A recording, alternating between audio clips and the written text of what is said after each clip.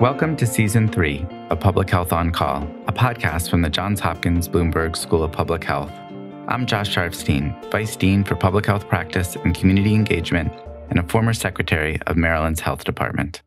Our goal is to bring scientific evidence and experience to the public health news of the day through informative interviews with scientists, community leaders, policy experts, public health officials, clinicians, and more. If you have ideas or questions for us to cover, please email us at publichealthquestion@jhu.edu. That's publichealthquestion@jhu.edu for future podcast episodes. Today, I speak with Kate Levin, who oversees the arts program of the Bloomberg Philanthropies. We talk first about the devastating impact of the pandemic on the arts, and second, about how arts can help us grieve, heal, and even come together. Let's listen. Kate Levin, thank you so much for joining me. This last year has been devastating in so many ways, and one of the ways is the bite that COVID-19 has taken out of the arts. Can you tell me just how severe a problem that's been? The pandemic has been devastating for the arts. With the immediate closure of venues, organizations have lost drastic amounts of the monies that kept them operating. The most recent research suggests that nationally financial losses to the nonprofit sector are over $15 billion.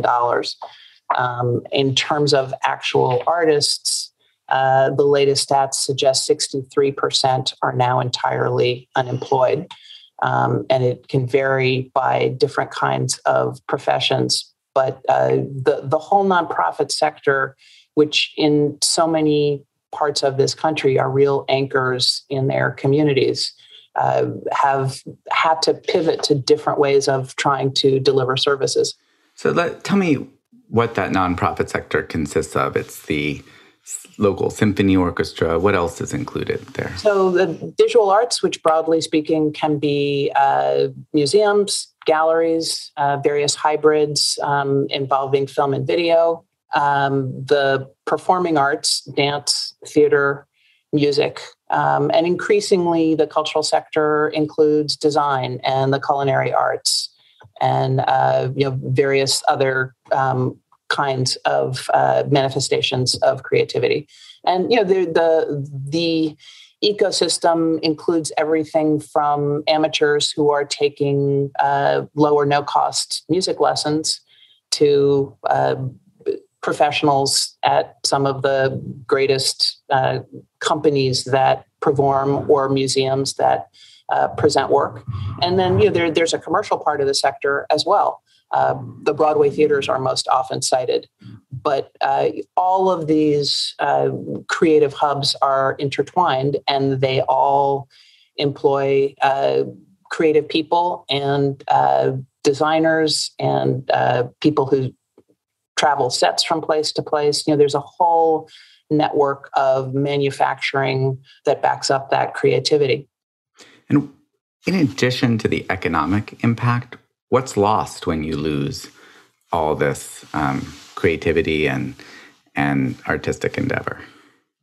It's kind of soft and fuzzy, but people talk about losing the soul of a community. Often these places are hubs for a kind of social cohesion that doesn't happen elsewhere. Cultural organizations or activities are often one of the few places left where people of all different kinds of socioeconomic brackets can mix, that people of all different kinds of races and ethnicities, multi-generational convenings really happen through arts and culture. And there's some interesting work. In particular, there's a recent study done in the UK that looked at the impact of the pandemic since last March, that's showing that people who have spent 30 minutes or more a day on arts activity, whether that's listening to music or drawing or doing something for cultivating their imagination, are reporting lower rates of depression and anxiety and sort of ability to be resilient and cope. So I think the impact spans, again, the sort of maybe less definite impacts and comes down to some very real practical coping abilities. I mean, in a way, I think you're saying that that sense of loss we've experienced, the loss of our normal lives, is in part because of the loss of the arts. I think that's very real. And I think people often look to the arts to frame what they're feeling and to give them a focus, even if it's something that they disagree with. Thinking back after 9/11 in New York, it took a couple of years, but we did a big public art project when Mike Bloomberg was mayor called The Gates in Central Park by the artists Christo and Jean-Claude. And it was really the first time after that cataclysm that everybody could go see something, be together, like it, not like it. And I really do think it, looking back, created a big pivot moment for the city and its citizens, because it was an ability to come together and process in a joyful way, in that case, an experience and a place. So how have the arts been coping with this terrible year? I would look at it in two sort of tranches. For organizations, a lot of them have worked to pivot to figure out how to deliver services. And, there's a huge part of the cultural sector that are organizations that essentially do social services. They work with the elderly. There are tons of educational programs for children, and many of them have pivoted to try and deliver those services online. And some, with some real success, although that's then depending on digital equity, which, has been kind of complicated for people and has exposed so many fissures in our larger society. Individually, I think a lot of artists have been very entrepreneurial to the extent that they can be. Musicians have started live streaming, performing concerts for individuals. You're sort of undertaking all different kinds of ways of doing their work. There are a couple of theater companies that have figured out how to do one-on-one performances, individual plays. There are a couple of great examples of organizations that have moved to use video to record plays. One of my favorites is a organization called Mayi that has done Sophocles on Staten Island, and it's an amazing interpretation of ancient Greek classics that speak to this moment in some really riveting ways. So the good news about the creative sector is they're creative. The other news is that as artistically successful as a lot of these things have been, they're not revenue producing in most cases. So, that's the hard truth. A lot of fundraising, a lot, in some cases, of continued ability to develop skill, but certainly not universal. So how is the vaccine, the kind of parting of the clouds a little bit, the hope for the future now creating some momentum? Has the art sector been knocked down so far that it's not going to be able to bounce right back up? I don't know about bouncing right back up, but there is definitely a huge desire to continue to serve and continue to be available. A lot of museums in this country have been allowed to reopen. And the thing about museums is that often they have some of the best ventilation systems anywhere. Their layout is conducive to public safety in terms of distancing. They have very generous bathroom facilities. So in terms of meeting a public health emergency, that infrastructure is particularly primed to welcome people again. That's in some cases in place, open with restrictions in terms of attendance. I think the performing arts are more complicated. Museums don't have fixed seats. For venues that do, figuring out how to socially distance. And part of the excitement of seeing a live performance is that the audience is as much of a character in the exchange, as it were, as the performers. So I think those organizations are working very hard to figure out how do you reopen safely, and then how do you generate public confidence that the thing that so many people want to do, because they say they want to do it, is something that they actually can find their way to. In the meantime, because we're going into the summer and because the vaccination rate is increasing, lots of conversation about outdoor performances. And some of our public parks and botanic gardens have already been successful at welcoming people. And the Madison Square Park in New York, which has a great track record of public art, has designated circles on the grass. So families or bubbles have been able to picnic with a sense of confidence that they are sufficiently separated from other groups using the space. Now, Congress recently passed this major rescue plan, $1.9 trillion, and there's money to support the arts in that bill, I understand. Have you tracked what that money is going to go for, whether that will help with the recovery of some of these connections that we used to have? I think it will absolutely help, because it will keep organizations in business and, again, let them reopen to the public in ways that will hopefully be so generative. And, the offering of support to unemployed individuals will help deal with the creative individuals without whom none of these organizations really could exist.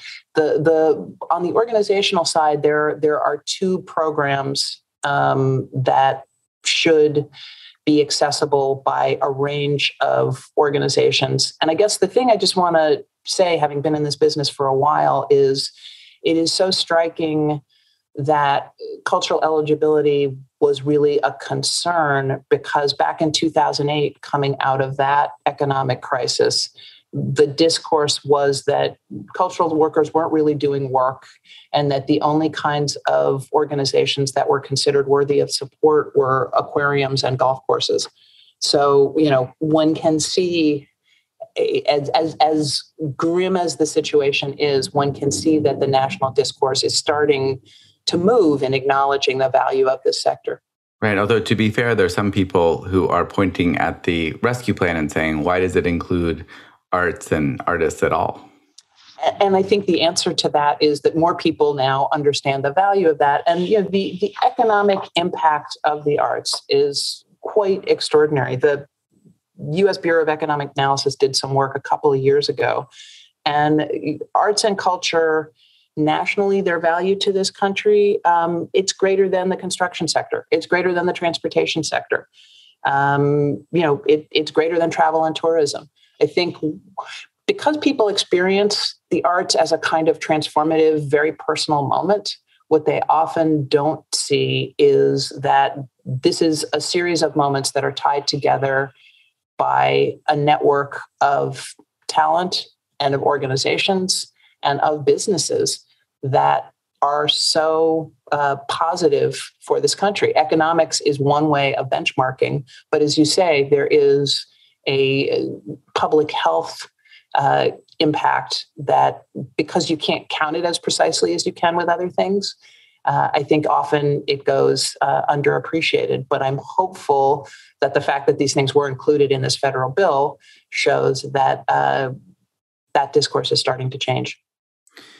So, huge impact for the economic recovery. What about for the more ethereal recovery, maybe that's not the right word, the spiritual recovery of the country? 500,000 plus people have died. What role do the arts have in helping America stand back up again? I think there is so much the arts can do to memorialize, to commemorate, to give people a moment to reckon with loss. And, it is instructive that we are at a moment when there is such a conversation about public monuments relating to systemic racism in this country and to different kinds of histories. But if anything, I think that shows the value of creating a focus for understanding what people prioritize and how they feel. And,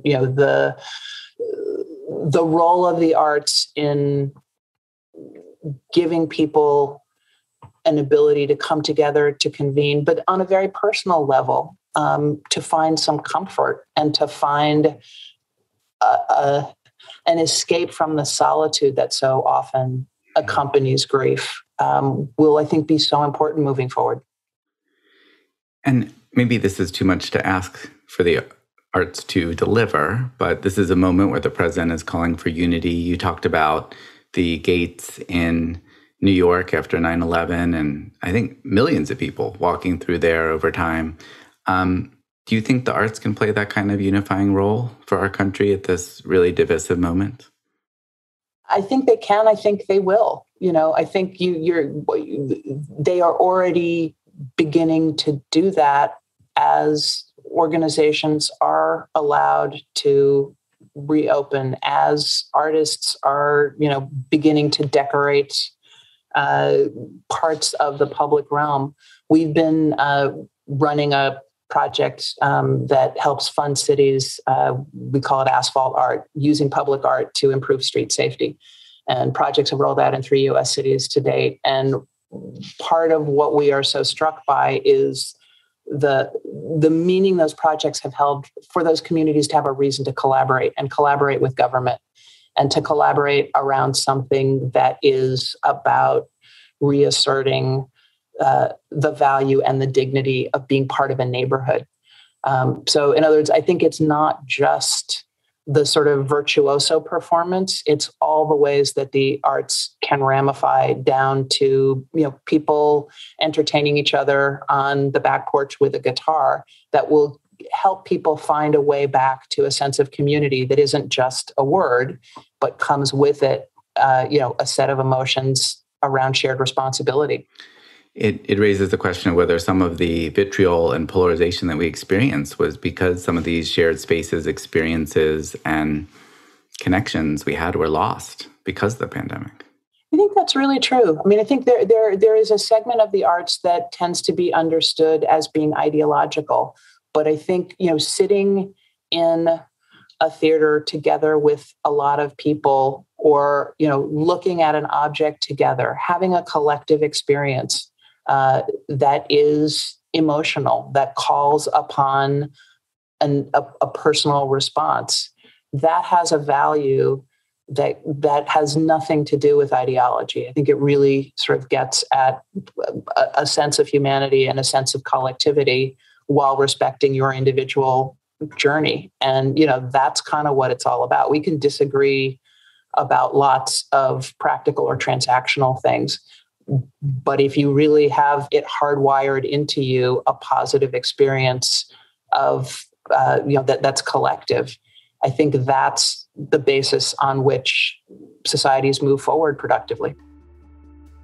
Kate Levin, thank you so much for joining me. Thank you, Josh. Public Health on Call is produced by Josh Sharfstein, Lindsay Smith-Rogers, and Stephanie Desmond. Audio production by Spencer Greer, Niall Owen McCusker, C.N. Oates, and Matthew Martin, with support from Chip Hickey. Distribution by Nick Moran. Production support from Catherine Ricardo and Neiman Outland. Social media support from Brenda Haggader, Grace Holes Fernandez, and Caroline Wong. Thank you for listening.